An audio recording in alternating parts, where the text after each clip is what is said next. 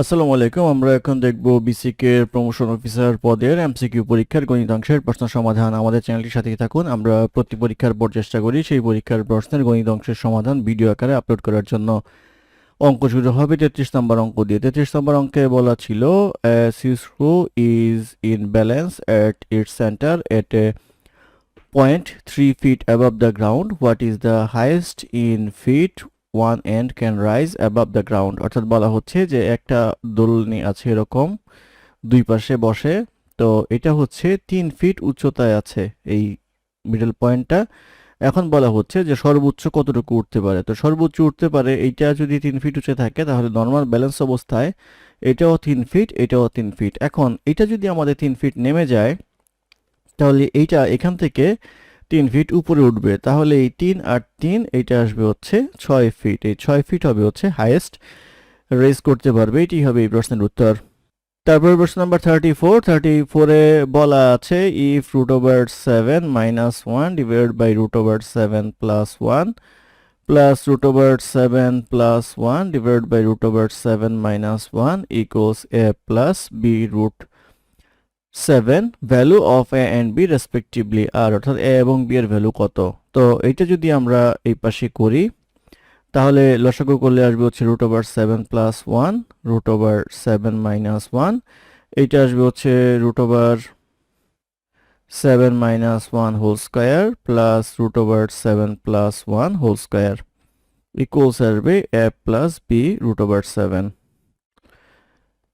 এটা a plus b into a minus b square minus b square আসবে হচ্ছে 7 minus 1, এটা আসবে হচ্ছে a minus b whole square plus a plus b whole square, এটা হচ্ছে 2a square minus b square 2 root over 7 whole square plus আসবে হচ্ছে 1 square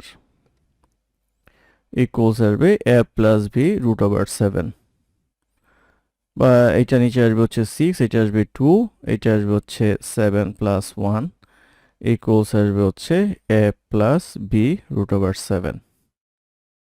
বা এটা আসবে হচ্ছে 8, 8 দুগুণে 16, 16 বাই 6 ইকুয়ালস আসবে হচ্ছে a plus b root over 7। বা এটা করলে আসবে হচ্ছে 8 by 3 equals a plus b root 7। বা এটার সাথে এটা কম্পেয়ার করা যায় 8 by 3 plus 0 equals a plus b root 7। তাহলে এই 0 সমান আসবে হচ্ছে আমাদের b রুট 7 আর a এর সমান আসবে হচ্ছে 8 বাই রুট 3। তাহলে আমরা বলতে পারবো a equals 8 by 3, b equals পাওয়া যাবে হচ্ছে 0। তাহলে আমাদের a b এর মান হবে হচ্ছে 8 বাই 3 আর 0। এটি হবে এই প্রশ্নের উত্তর। একটা প্রশ্ন মিসিং হয়েছে 34 এ বলা ছিল if a number is successively divided by 3, 5, 7 and the remainder obtained are 1, 0, 3 respectively, if the number is divided by 105 what will be the remainder? অর্থাৎ এখানে বলা আছে 3, 5, 7 দ্বারা বিভাজ্য এবং ভগ্নাংশ থাকবে হচ্ছে ভাগশেষ থাকবে হচ্ছে 1, 0, 3। তো যে সংখ্যাটা হবে সেটাকে 105 দ্বারা ভাগ করলে কত পাওয়া যাবে। তো এটার ক্ষেত্রে আমরা প্রথমে করব হচ্ছে সংখ্যাটির সরল গুণিতক, ধরে নিই হচ্ছে x, তাহলে 7x প্লাস 3, যেহেতু ভাগশেষ থাকবে হচ্ছে 3। এরপর যেটা করতে হবে সেটা হচ্ছে তারপরে 5-এর গুণিতক হতে হবে, 5 দ্বারা ডিভাইসেবল হতে হলে এটাকে 5 দ্বারা গুণ করতে হবে। 5-এর সাথে ভাগশেষ হচ্ছে 0, তাহলে প্লাস হবে হচ্ছে 0। তারপরে হচ্ছে 3-এর গুণিতক হবে, তাহলে এটাকে 3 দ্বারা গুণ করতে হবে, প্লাস আসবে হচ্ছে 1, ভাগশেষ থাকবে হচ্ছে 1, তাহলে এটাই হবে সংখ্যাটি। তো এটা যদি আমরা ক্যালকুলেশন করে ফেলি 15 into 7x plus 3 plus 1 equals আসবে হচ্ছে আমাদের 105x প্লাস 45 প্লাস 1 ইকুয়ালস আসবে হচ্ছে 105x প্লাস 46, অর্থাৎ 105x প্লাস 46 আসছে হচ্ছে নাম্বারটি। এখন বলা হচ্ছে এইটাকে 105 দ্বারা ভাগ করলে ভাগশেষ কত থাকবে। তো 105 দ্বারা ভাগ করলে 105x তো নিঃশেষে বিভাজ্য হয়, তাহলে 46ও থাকে হচ্ছে রিমাইন্ডার। এই 46 হবে হচ্ছে এই প্রশ্নের উত্তর। তারপরে প্রশ্ন নাম্বার 36 এ বলা আছে in a restaurant the Serving bowl to guest ratio of different items are as rice 1:3, soup 1:4, chicken 1:2. There were altogether 52 bowls in a dinner party. How many guests were there? অর্থাৎ বলা হচ্ছে যে একটা dinner পার্টিতে রাইসের ratio হচ্ছে 1:3, অর্থাৎ একটা রাইস তিনজন খেতে পারে, স্যুপ হচ্ছে 1:4 আর চিকেন হচ্ছে 1:2। তো এখন টোটাল যদি 52টা বোল লাগে তাহলে ওই পার্টিতে কতজন উপস্থিত ছিল? তো আমরা প্রথমে হিসাব করি হচ্ছে রাইস হচ্ছে 1:3, তারপরে বলা আছে হচ্ছে স্যুপ বলা আছে 1:4, তারপরে আছে হচ্ছে চিকেন বলা আছে হচ্ছে 1:2। তাহলে এই 3 4 2 এইটার যদি লসাগু আমরা করি এটা পাবো হচ্ছে 12, অর্থাৎ 12টা পার্সনের খাবার নিঃশেষে বিভাজ্য হবে যদি আমরা সেইভাবে নেই। তো 12 জনের খাবার যদি নিতে হয় তাহলে রাইস নিতে হবে হচ্ছে 4টা, কারণ একটা খেতে পারে হচ্ছে 3 জন, 12 জন খেতে হলে 4টা লাগবে। স্যুপের জন্য আমাদের লাগবে হচ্ছে 3টা, আর চিকেনের জন্য লাগবে হচ্ছে আমাদের 6টা। তাহলে টোটাল বোলের সংখ্যা হচ্ছে আমাদের 6 আর 4 10 আর 3 13, 13টা বোল লাগবে। 13টা বোল যদি আমাদের লাগে, 13টা বোলে খেতে পারবে হচ্ছে আমাদের কয়জন? এই 12 জন খেতে পারবে, 12% খেতে পারবে হচ্ছে 13টা বোল হলে এই রেশিওতে। তো আমাদের বোল হচ্ছে 52টা, 52টা মানে হচ্ছে 13 × 4 = 52, অর্থাৎ 4 গুণ। তাহলে লোকও খেতে পারবে হচ্ছে 4 গুণ, তাহলে 48% খেতে পারবে, অর্থাৎ 48 জন গেস্ট সেখানে উপস্থিত ছিল। 48 হবে হচ্ছে এই প্রশ্নের উত্তর। তারপর প্রশ্ন নাম্বার 37 এ বলা আছে micro organism kept in a test tube double in every 1 minute. If it takes 16 minutes to completely fill the test tube with microorganism, how many minutes will it take to fill 1/4 of the test tube? অর্থাৎ বলা হচ্ছে একটা test টিউবে micro organism প্রতি মিনিটে double হয়, তাহলে 16 মিনিটে যদি কমপ্লিটলি ফুল হয়ে যায় তাহলে কোয়ার্টার ছিল কত মিনিটের সময়? তো আমরা হিসাব করি একটা, সেটা হচ্ছে 16 মিনিটের সময় মাইক্রো অর্গানিজম ফুল ছিল। তাহলে যেহেতু প্রতি মিনিটে ডাবল হয় তাহলে 15তম মিনিটে সেটা ছিল হচ্ছে হাফ, অর্থাৎ এইটা ছিল, ধরেন এটা ছিল, তারপরে 16তম মিনিটে এটা ডাবল হয়ে ফুল ফিল আপ হয়ে গেল, এটা ফিল আপ হয়ে গেল। তাহলে এর আগের মিনিটে কি অবস্থা ছিল? এর আগের মিনিটে এর অর্ধেক ছিল, অর্থাৎ এই অবস্থায় ছিল, এমন ছিল। তাহলে এটা হচ্ছে 14 মিনিট, অর্থাৎ কোয়ার্টার ছিল হচ্ছে 14তম মিনিটে। 14 হবে হচ্ছে এই প্রশ্নের উত্তর, কারণ 14-র পরে ডাবল হয়ে 15তম মিনিটে এই হাফ হয়ে যায় টোটালটার, তারপরে ফুল হয়ে যায়, সেক্ষেত্রে 14 হবে হচ্ছে এই প্রশ্নের উত্তর। তারপরে প্রশ্ন নাম্বার 38 এ বলা আছে find the square root of the perfect square made by multiplying 6075 with a least positive integer, অর্থাৎ এই 6075কে সবচেয়ে কম কোন সংখ্যা দ্বারা গুণ করলে একটা সংখ্যা পাওয়া যাবে যে সেটার স্কোয়ার রুট কত। তো 6075 যদি নাম্বারটা আমরা ভেঙার চেষ্টা করি তাহলে পাবো হচ্ছে 3 × 3 × 3 × 3 × 3 ইন্টু পাবো হচ্ছে 5 × 5। তাহলে এটা করা যায় হচ্ছে 3 স্কোয়ার × 3 স্কোয়ার × 3 × 5 স্কোয়ার। তাহলে এখানে সবগুলোই বর্গ সংখ্যা আছে, শুধুমাত্র 3টা আলাদা আছে, তাহলে আরেকটা 3 আমাদের অ্যাড করতে হবে। আরেকটা 3 অ্যাড করলে 6075 এটার সাথে 3 গুণ করতে হবে, এটার সাথে 3 গুণ করলে আসবে হচ্ছে 18225। 18225কে যদি আমরা বর্গমূল করি আসবে হচ্ছে 225 ইকুয়ালস আসবে হচ্ছে 135। অথবা আরেকটা আমরা করতে পারি, যেহেতু এটা 3 স্কোয়ার 3 স্কোয়ার 3 এমন আছে, তাহলে এখান থেকে একটা 3 নিব, এখান থেকে একটা 3 নিব, এখান থেকে একটা 3 নিব, তারপর থেকে একটা 5 নিব। তাহলে এটা করলে আমাদের আসবে হচ্ছে 135। 135 হবে হচ্ছে এই প্রশ্নের উত্তর। তারপর প্রশ্ন নাম্বার 39 বলা আছে if teeth denote the nth term of the series 2 3 6 11 18 what will be the 25th term of the series, অর্থাৎ 2 3 6 11 18 এর 25তম পদ কত? তাহলে 2 + 3 + 6 + 11 + 18 + ... এটার 25তম পদ কত? তো আগে এটা আমরা বেসিকটা ঠিক করে নেই যে এটার মেইন পদটা কত হবে। প্রথমে আমরা লিখি 1 + 1 এটাকে লিখে যাবে হচ্ছে 4 মাইনাস 1, এটাকে লিখা যাবে হচ্ছে 9 মাইনাস 3, এটাকে লিখা যাবে হচ্ছে 16 মাইনাস 5, এটাকে লিখা যাবে হচ্ছে 25 মাইনাস 7। তো এটা করলে পাবো হচ্ছে 1 square plus 1, 2 square minus 1, 3 square minus 3, 4 square minus 5, 5 square minus 7। তো এই সিকোয়েন্সে এটা আগাচ্ছে। তাহলে আমাদের 25তম পদের ক্ষেত্রে বের করার ক্ষেত্রে আমাদের হিসাব করতে হবে। এই যে 25তম পদে তো বুঝেই যাচ্ছে এখানে 1 এর জায়গায় 25 হবে, আর এইটা দ্বিতীয় যেই পার্টটা আছে সেটা আমাদের ডিটারমাইন করতে হবে। 1 মাইনাস 1 মাইনাস 3 মাইনাস 5 মাইনাস 7। তাহলে এইখানে প্রথম পদ a ইকুয়ালস 1, d হচ্ছে সাধারণ অন্তর, এটা হচ্ছে 2। তাহলে 25তম পদের সূত্র অনুযায়ী a plus n minus 1 into d, এ হচ্ছে 1 প্লাস 25 মাইনাস 1 ইন্টু মাইনাস 2। তাহলে আসবে হচ্ছে 1 প্লাস 24 ইন্টু মাইনাস 2 ইকুয়ালস আসবে হচ্ছে মাইনাস 47। তাহলে আমরা যদি পদটা বের করতে যাই, 25তম পদ 25তম পদ আসবে হচ্ছে 25 স্কোয়ার মাইনাস 47। তো এটাকে আমরা উত্তরের মতো করে নিতে গেলে যেটা করতে হবে 25 স্কোয়ার মাইনাস 25 মাইনাস 22 লেখা যায়। অর্থাৎ 47কে আমরা 25 আর 22 লিখলাম। এখানে যদি 25 কমন নেই তাহলে আসবে 25 মাইনাস 1 মাইনাস 22 ইকুয়ালস আসবে 25 ইন্টু 24 মাইনাস 22। তো এখন আমরা এই 25কে ভাঙাবো। 25কে ভাঙালে আমরা পাবো হচ্ছে 24 প্লাস 1 ইন্টু 24 মাইনাস 22। এটা লেখা যাবে হচ্ছে 24 স্কোয়ার প্লাস 24 মাইনাস 22। এটা আসবে হচ্ছে 24 স্কোয়ার প্লাস 2। এই 24 স্কোয়ার প্লাস 2 হবে হচ্ছে 25তম পদ। এটি হবে এই প্রশ্নের উত্তর।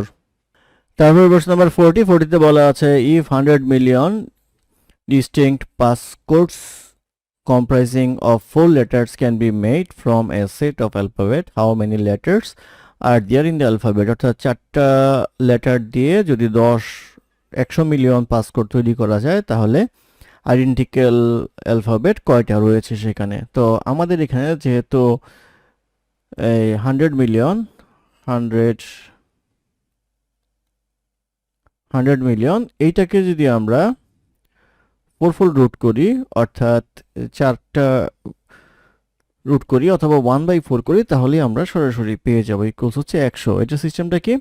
এখন দেখেন ধরেন কোন অ্যালফাবেটে 100 করে ডিজিট আছে, এখন আমার 4টা লাগবে, 4 ডিজিটের একটা কোড লাগবে, 4 ডিজিটের কোড। এখানে 100টা হতে পারে, এখানেও 100টা হতে পারে, এখানেও 100টা অ্যালফাবেট হতে পারে, এখানেও 100টা অ্যালফাবেট হতে পারে। এই সবগুলা গুণ করলে আমাদের আসে হচ্ছে এই 100 মিলিয়ন। তাহলে 100 হবে হচ্ছে এই প্রশ্নের উত্তর। তারপর প্রশ্ন নাম্বার 41 বলা আছে Sadhan made 5% profit by selling a skirt at 20% discount of the market price BDT 3675। What is the mark up percentage? অর্থাৎ বলা হচ্ছে যে 5% প্রফিট করে 20% ডিসকাউন্ট দেওয়ার পরও এখন জিজ্ঞাসা করা হচ্ছে যে যদি সে 3675 টাকা মার্ক করে থাকে তাহলে কত পার্সেন্ট বেশি প্রাইস সে লিখে রেখেছিল। তো যেহেতু তার 5% লাভ করতে হবে, 5% লাভ করার মানে হচ্ছে 100 টাকার জিনিস বিক্রি করে তার 105 টাকা পেতে হবে, এবং এই 105 টাকা বিক্রি করে পাওয়া মানে হচ্ছে গ্রাহককে বা কাস্টমারকে বোঝাতে হবে সে 20% ডিসকাউন্ট দেওয়ার পরে 105 টাকা কাস্টমারের কাছ থেকে নিয়েছে। তাহলে গায়ের দাম যদি 100 টাকা লেখা থাকে তাহলে সে কাস্টমারকে বলবে 80 টাকা দেন 20% ডিসকাউন্টে। এই 80 টাকা সমান হচ্ছে এই 105 টাকা। তাহলে আমাদের এই 80 টাকা সমান 105 টাকা, তাহলে 100 টাকা সমান কত সেটা আমরা দেখব। এটা করলে পাওয়া যাবে 131.25, অর্থাৎ 131 টাকা 25 পয়সা লেখা ছিল, তার থেকে 20% ডিসকাউন্ট দেওয়ার পরে আসছে হচ্ছে 105 টাকা। আর যেহেতু তার 100 টাকা ক্রয় মূল্য তাহলে 5 টাকা লাভ থাকে। তাহলে সে লিখে রেখেছিল কত পার্সেন্ট? 100%-এর জায়গায় লিখে রেখেছিল 31.25% বেশি, 31.25% হবে হচ্ছে এই প্রশ্নের উত্তর। তারপর প্রশ্ন নাম্বার 42তে বলা আছে if 4 times an integer x is increased by 10 the result is always greater than 18 and less than 34. What is the least value of x? বলা হচ্ছে x কে যদি 4 দ্বারা গুণ করে 10 যোগ করা হয় তাহলে এই ভ্যালু 18 থেকে 34 এর মধ্যে হয়। তাহলে সবচেয়ে কম ভ্যালু x এর কত হতে পারে? তাহলে আমরা ধরে নেই 4x + 10, এটা হচ্ছে 34 এর কম আর হচ্ছে 18 এর বেশি, বা এটা আসবে হচ্ছে 10 যদি উভয় পক্ষ থেকে আমরা বিয়োগ করি তাহলে আসবে হচ্ছে 24, বা যে 4 দ্বারা ভাগ করি তাহলে আসবে 2 x 6, এই অর্থাৎ x এর মান হচ্ছে 2 এর চেয়ে বড়, 6 এর চেয়ে ছোট। যেহেতু ইন্টিজার তাহলে এটা আসবে হচ্ছে 3, 4, 5, এই তিনটা সংখ্যা হতে পারে। এর মধ্যে লিস্ট সংখ্যা হচ্ছে 3, এই 3 হবে হচ্ছে এই প্রশ্নের উত্তর। তারপরে প্রশ্ন নাম্বার 43 তে বলা আছে 6 litre of solution with 20% glycerine is mixed with 40 litres of pure water, what is the percentage of glycerine in a new solution. অর্থাৎ বলা হচ্ছে 60 লিটার গ্লিসারিন সলিউশন, অর্থাৎ 60 লিটার হচ্ছে গ্লিসারিন সলিউশন, এর মধ্যে হচ্ছে 20% গ্লিসারিন থাকে। অর্থাৎ 60 লিটারের মধ্যে 20% গ্লিসারিন থাকে, এটা হচ্ছে 20% গ্লিসারিন মিক্সচার। তার সাথে আমাদের পিওর ওয়াটার যোগ করতে হবে হচ্ছে 40 লিটার, তাহলে টোটাল সব মিলে হয় হচ্ছে আমাদের 100 লিটার। এখন কথা হচ্ছে প্রশ্নে বলা হচ্ছে টোটাল পার্সেন্টেজ কত নতুন সলিউশনের।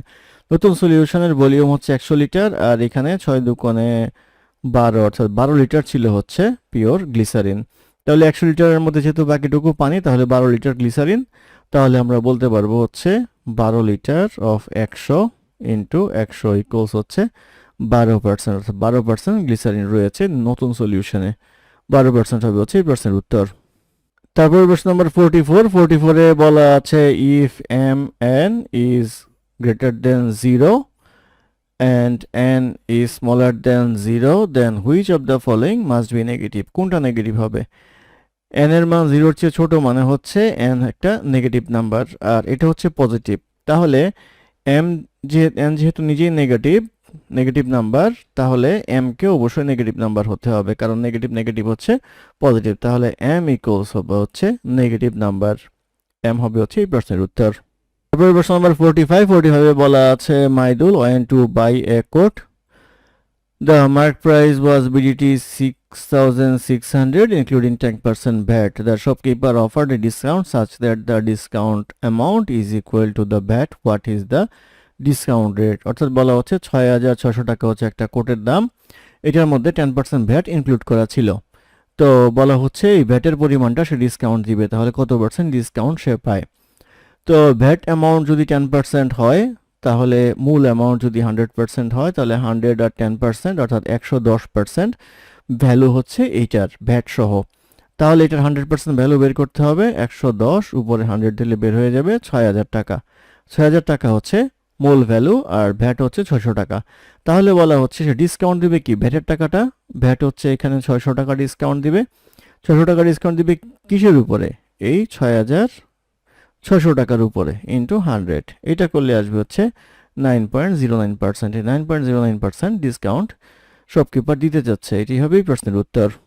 তারপরে প্রশ্ন নাম্বার 46 এ বলা আছে which of the following is the next number in the series, অর্থাৎ সিরিজের পরবর্তী সংখ্যা কত।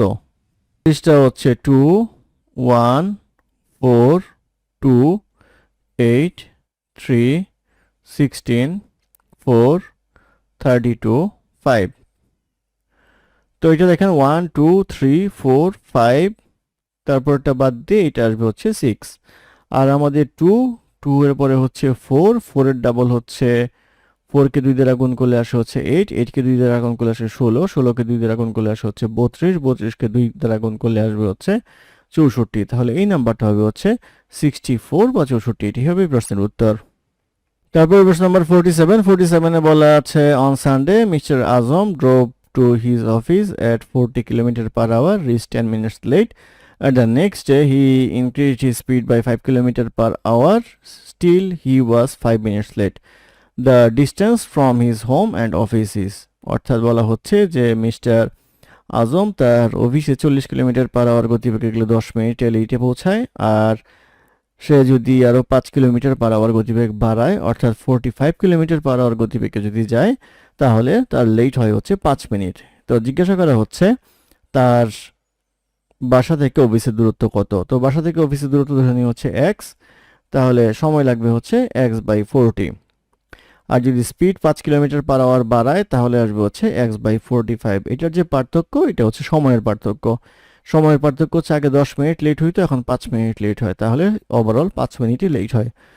এখন যেহেতু আমাদের এটা কিলোমিটার পার আওয়ারে আছে, তাহলে সবগুলোই আমরা আওয়ারে হিসাব করব। তাহলে 5/60 আসবে ঘন্টায় হিসাব করলে। মিনিটকে ঘন্টায় নিয়ে গেলাম আমরা। এটা করলে আসবে হচ্ছে 360, এটা করলে আসবে হচ্ছে 9x মাইনাস 8x ইকুয়ালস আসবে হচ্ছে 5/60।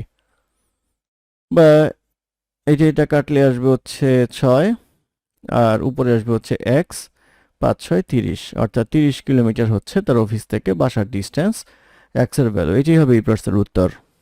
প্রশ্ন নাম্বার 48 এ বলা আছে in the repeating decimal 0.087531 0.87531 dot dot dot, what is the 56th digit to the right of the decimal point.